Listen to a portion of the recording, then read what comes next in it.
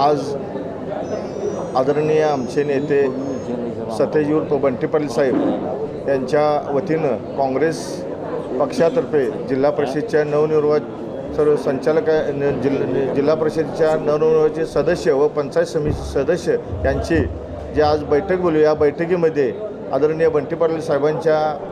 आदेशानं एकनाथ महादेव पाटील यांची काँग्रेसच्या गटनेतेपदी निवड केलेली आहे व पंचायत समिती राधानगरीच्या वतीनं मोहन पाटील यांची निवड केलेली आहे व करवीर पंचायत समितीच्या गटनेतेपदी रवींद्र पाटील यांची निवड केलेली आहे व गगनबावडा पंचायत समिती राजेश पाटील यांची निवड केलेली आहे। चौघांची निवड आदरणीय काँग्रेस पक्षाच्या वतीनं आपण आज जाहीर करत आहे आणि जे मी जाहीर केली ही आदरणीय बंटी पाटील साहेब यांच्या आदेशानुसारच जाहीर केलेलं आहे।